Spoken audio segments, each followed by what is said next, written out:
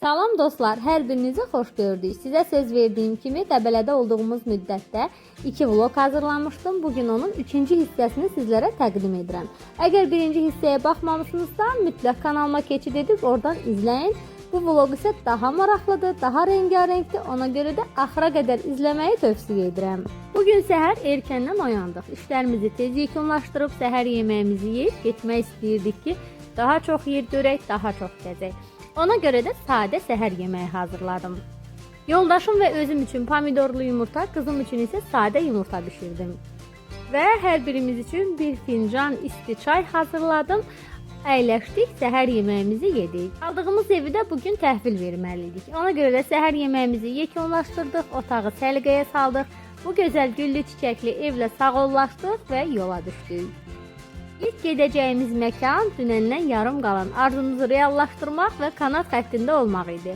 Ona görə də Tufandağ istiqamətində gedirik və budur artıq kanat xəttlərinin yerləşdiyi hissəyə çatırıq. Yavaş-yavaş gedirik ki, biletlərimizi alaq və səyahətimizə davam edək. Qəbələdə yerləşən Tufandağ turizm kompleksinə gəldik. Dəniz səviyyəsində 1660 metr hündürlükdə yerləşən bu möhtəşəm məkan həm qışda xizək sürmək, həm də yayda istirahət üçün ideal seçimdir. Bura gələnlərin ən çox sevdiyi hissə elə məhz kanat yoludur. Kanatla dağın zirvəsinə qalxmaq elə bil buludların içindən keçmək kimidir. Ümumilikdə 4 mərhələdən ibarət bu xətt səni təbiətin qoynunda unudulmaz bir səyahətə aparır. Hər mərhələdə daha yüksək bir baxış bucağı, daha möhtəşəm mənzərələr açılır. Kanat xətti ilə gəzintidə ödənişlər 2 hissəyə ayrılır. Əgər biz 2 məntəqəyə getmək istəyiriksə, bu zaman 19 manat, ancaq 4 mərhələnin hər birinə getmək və xüsusilə də yatmış gözəl zirvəsinə qalxmaq istəyiriksə 25 manat ödəniş etməliyik. Elə biz də 25 manat ödəniş edib bütün mərhələləri görmək istədik, xüsusilə də yatmış gözəl zirvəsində olmaq istədik. Əgər hündürlükdən qorxmursansa, bu hissləri yaşamaq sənə əsl azadlıq və ruhi sakitlik bəxş edəcək. Kanatda oturub təpədən Qəbələnin yaşıllığını, dağları izləmək sözlə ifadə olunmayacaq bir hissdir. Və budur biz artıq Tufandağın ən yüksək zirvəsi, el arasında yatmış gözəl adlandırılan o sehirli nöqtədəyik. Dostlar, bura elə bil başqa bir aləmdir. Səssiz, sakit, buludlara toxunacaq qədər yüksəklikdə. Qarşımızda ucalan dağlar, yaşıl meşələr və o dərin nəfəs alınacaq təmiz hava. Sanki zaman dayanır burada. Zirvədən baxanda anlayırsan ki, təbiətin gözəlliyi sadəcə görmək üçün yox, ruhunu toxundurmaq üçündür.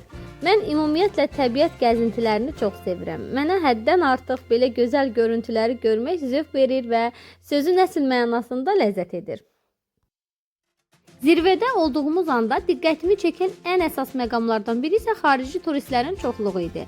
Ən çox ərəb ölkələrindən, Hindistan və Pakistandan gələn turistlər bu gözəlliyin şahidi olmağa gəlmişdilər. Əllərində kameralar, telefonlar, hamısı bu unudulmaz mənzərəni yaddaşa yazmağa çalışırdı. Onların heyranlığı gözlərindən oxunurdu. Bu bir daha sübut edir ki, Qəbələ və Tufandağ artıq beynəlxalq turizmin parlayan nöqtəsidir. Bizim üçün bəlkə də alışmış olduğumuz bu təbiət onların gözündə bir nağıla bənzəyirdi. Dostlar, bura doğrudan da çox gözəl yerdir. Həm yayda, həm də qışda gəlmək üçün əladır. Kanatla dağa qalxmaq çox maraqlı hissdir. Sanki göylərə yüksəlirsən, hər tərəf yaşıllıq, təmizlik və sakitlik. Burada insan özü ilə baş-başa qalır, rahatlanır və dincəlir. Təbiətin gözəlliyini hiss etmək üçün bura mütləq gəlməyə dəyər. Kanatla gəzintimizi başa vurub aşağı hissəyə düşdük və orada belə gözəl meşənin içində bir yer tapdıq və əyləşdik, burada çay içmək istədik. Qəbələ sakinləri çox mehribandır, xüsusilə də turistlərlə davranışları mükəmməldir. Bizə gözəl çay servis etdilər, yanında da belə gözəl gül suyu çox ləzzətli idi. Çayımızı içdik və gedirik daha gözəl bir məkanla tanış olmağa. Bu gözəl məkan Uydu ocağıdır. Uydu ocağına baş çəkdik, bu yerdə təkcə bir mədəniyyət məkanı deyil, həm də tarixlə bugün arasında bir körpüdür. Udilər Qafqazın ən qədim yerli xalqlarından biridir və Azərbaycan ərazisində yaşayan azsaylı xalqlardandır. Onların dili, mədəniyyəti, adət-ənənələri bu ocaq vasitəsilə qorunub yaşadılar. Udi ocağı həm yerli, həm də xarici turistlərin maraq göstərdiyi bir məkandır. Burada həm qədim Udilərin həyat tərzi ilə tanış olursan, həm də onların milli yeməklərindən Mənim dada üçün bilirsən. Ən maraqlı yadda qalan hissələrdən biri isə burada çalışan insanların səmimiyyəti və Udilərin öz mədəniyyətinə olan sevgisidir. Ocağın daxilində Udilərin məişət əşyaları, qədim geyim nümunələri və ibadət güşələri yer alır. Burada evlərdən birini də məhz muzey halına salıblar, muzey kimi fəaliyyət göstərir və ora daxil olaraq onların mədəniyyəti ilə daha yaxından tanış ola bilərsiniz. Bələdçinin bizə verdiyi məlumata görə bu ev məhz bu bərbərin ev olub və hal-hazırda muzey kimi fəaliyyət göstərir.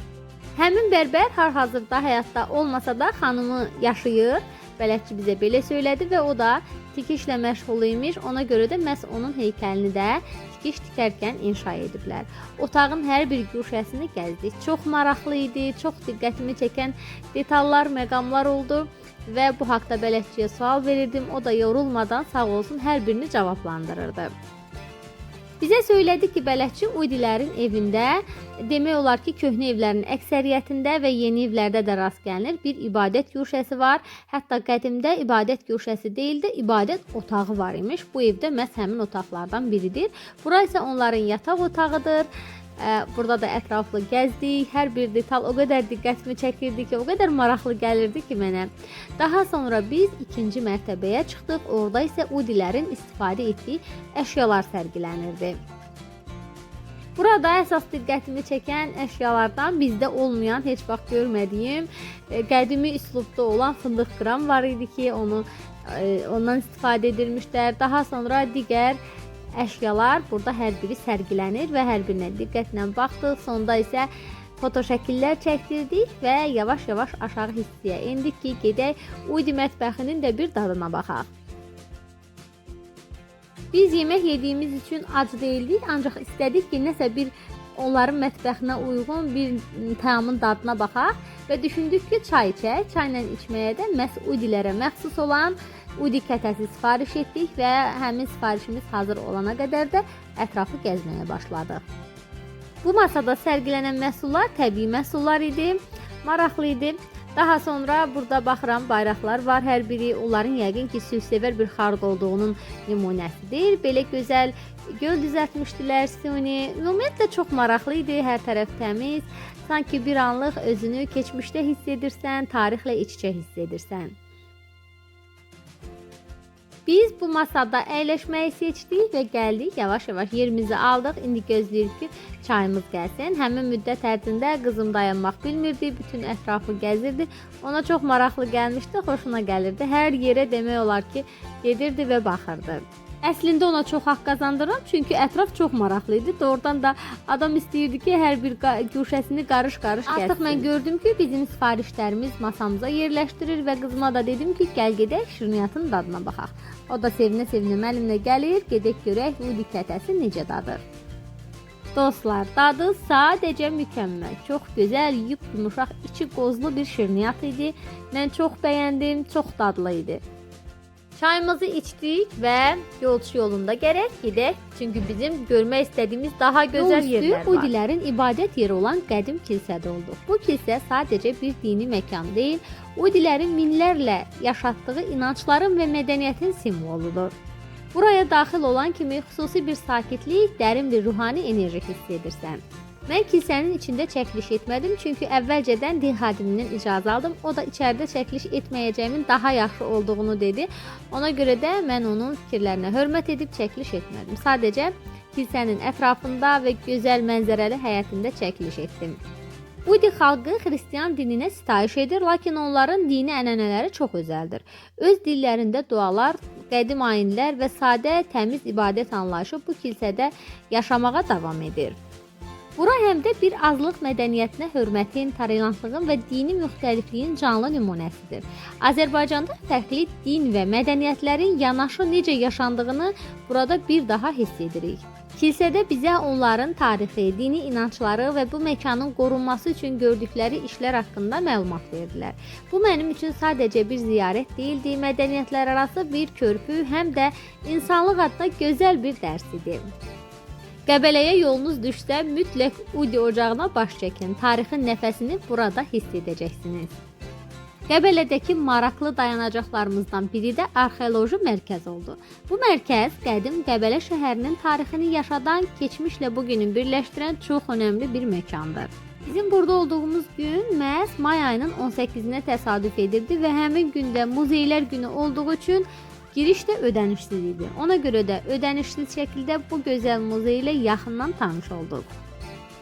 Burada biz 1000 illər öncəyə səyahət etdik. Qazıntılar zamanı tapılmış qədim məişət əşyaları, saxsı qablar, tikili qalıqları şəhərin nə qədər zəngin tarixə sahib olduğunu göstərir. Qəbələ vaxtilə Qafqaz Albaniyasının paytaxtı olub və bu mərkəz həmin dövrün canlı izlərini qoruyur. Mənə ən maraqlı hissələrdən biri də arxeoloqların iş prosesini əks etdirən bölmə idi. Bura həm ilmi, həm də vizual baxımdan çox zəngindir. Bizi ən çox təsirləndirən isə o idi ki, torpaq altında qalan bu xəzinələri üzə çıxarmaq üçün illərlə əmək sərf edilib. Hər bir tapıntı bir xalqın yaddaşı, kökü və kimliyidir. Dostlar, əgər siz də tarixə maraqlısınızsa və qədim tarixin izlərini yerində görmək istəyirsinizsə, mütləq Qəbələyə gələndə Qəbələ Arxeoloji Mərkəzinə baş çəkməyi unutmayın. İndi isə biz qədim Qəbələ şəhərinin cənub darvazası və qala divarlarına gedirik. Bu darvaza və divarlar vaxtilə Qafqaz Albaniyasının paytaxtı olan Qəbələnin möhtəşəm keçmişini nümayiş etdirir. Darvaza şəhərə giriş-çıxışın əsas nöqtələrindən biri olub və strateji baxımdan xüsusi əhəmiyyət daşıyıb. Bu ərazi orta əsrlərdə müdafiə məqsədi ilə möhkəmləndirilib, qala divarları isə şəhəri xarici hücumlardan qoruyub. Həmin divarların qalıqları bu gün də sarsılmaz şəkildə dayanır. Onlara toxunduqda sanki 1000 illərin izinə, döyüşlərin, tarixin özünə toxunur. Bu səfər bizi bir daha əmin etdi ki, Qəbələ təkcə gözəl təbiəti ilə deyil, həm də dərin tarixi ilə heyran edicidir. Qəbələnin tarixini canlı şəkildə hiss etmək istəyənlər üçün bu yer mütləq ziyarət olunmalıdır. İndi isə biz gedək Qəbələdə görmək istədiyimiz daha gözəl bir məkan var. Həmin məkanı ziyarət etməyə. Növbəti və sonuncu dayanacağımız Qəbələdəki lavanda bağı oldu. Bura sanki dinclik ilə gözəlliyin birləşdiyi kiçik bir cənnət idi. Bağın ön hissəsində əvvəlcə bizi belə gözəl laləlik qarşıladı. Orada doyunca gəzdik, şəkillər çəkdirdik. Daha sonra isə lavanda bağına doğru addımladıq. Burada kiçik kafe fəaliyyət göstərir, eyni zamanda da lavandadan hazırlanmış məhsullar sərgilənir və satışı həyata keçirilir. Lavanda ətirli müxtəlif şamlar, sabunlar, ətirlər, yağlar, eyni zamanda qurudulmuş lavanda çiçəklərinin satışı həyata keçirilir. Düzdür, lavandalar hələ tam açmamışdı, amma buna baxmayaraq sahənin özünə məxsus gözəlliyi, təravəti və sakitliyi bizi valeh etdi. Havanın qoxusu belə fərqli idi. Torpaq, yaşıl təbiət və açılmağa hazır olan lavandaların təravətli birləşməsi. Bağ boyunca gəzdik, qızım sevinç içində qaçırdı. Biz isə bu anların gözəlliyini dərin-dərin içimizə çəkirdik. Artıq evimizə doğru yola düşürük. Arxamızda gözəl xatirələr, qarşımızda isə günəşin batdığı səssiz, rəngli bir mənzərə var. Bu səfər mənə bir daha göstərdi ki, həyat anılarla gözəldir. Təbiətin qoynunda nəfəs almaq, yaxınlarınla birlikdə olmaq və yeni yerlər kəşf etmək. Əgər siz də bu gözəllikləri bizimlə birlikdə yaşadınızsa çox sevindim. Rəylərdə fikirlərinizi yazmağı və kanala abunə olmağı unutmayın. Yeni səfərlərdə yeni hekayələrlə görüşmək ümidi ilə. Hələlik!